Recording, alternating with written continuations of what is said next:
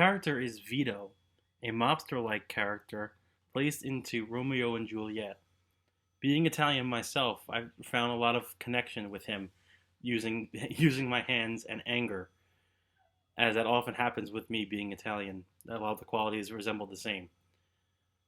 Um, I placed Vito in this soliloquy will be in shortly after Romeo dies and Vito learns of his ultimate death and returns back home in very distraught and upset with himself and wishing that he could do more for the Montague family.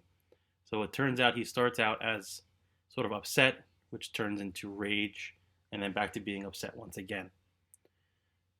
I know I had mentioned that I was trying to find a old-timey Italian hat that I would get from my grandfather, but I had since misplaced it, so I had to um, I had to get rid of that option, unfortunately. But let's see how it goes. Wherefore wilt he act in such a way? Was it something I didst? Oh, how I miss his company. Oh, how I miss the valorous times. Oh, how I miss the thrill of victory gainst our foes. I miss the laughing and the gathering of catter cousins as we bray out. I has brought such shame to myself and the Montague family. I shouldn't has done mood to prove myself to him. I has plans for him and what he should doth with Mistress Juliet next, and anon their rendered heralding. I shall has bid hither to stand ho him from the deed he hath to doth. I shall's beast the one yond did lay mine own life for him and to honor his family, but instead he is gone, and I am hither with nay one hath left to protect and interact with. Anon I am hither, and the only thing I has to question is simply wherefore.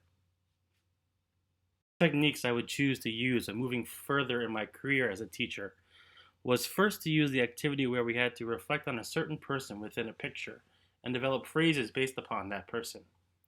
We use this when talking about rhetoric and using different phrases like statements, questions, exclamations, and commands that Shakespeare used to describe Icarus.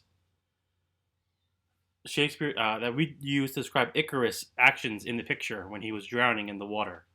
This would be something I could use in my classroom. Another technique that would be useful would be something like Flipgrid or VoiceThread that we use during the semester.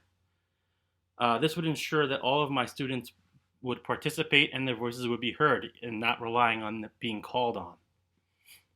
A final technique I would use from this class would be to recall certain soliloquies and monologues from different videos from past Shakespearean plays and study the way the actor speaks and how they perform with such emotion. This could be used to align how students should read with emotion when they are first learning how to read. I feel that I have enjoyed Shakespeare on another level after creating Vito and placing him into a Shakespearean play. Thanks for a great semester.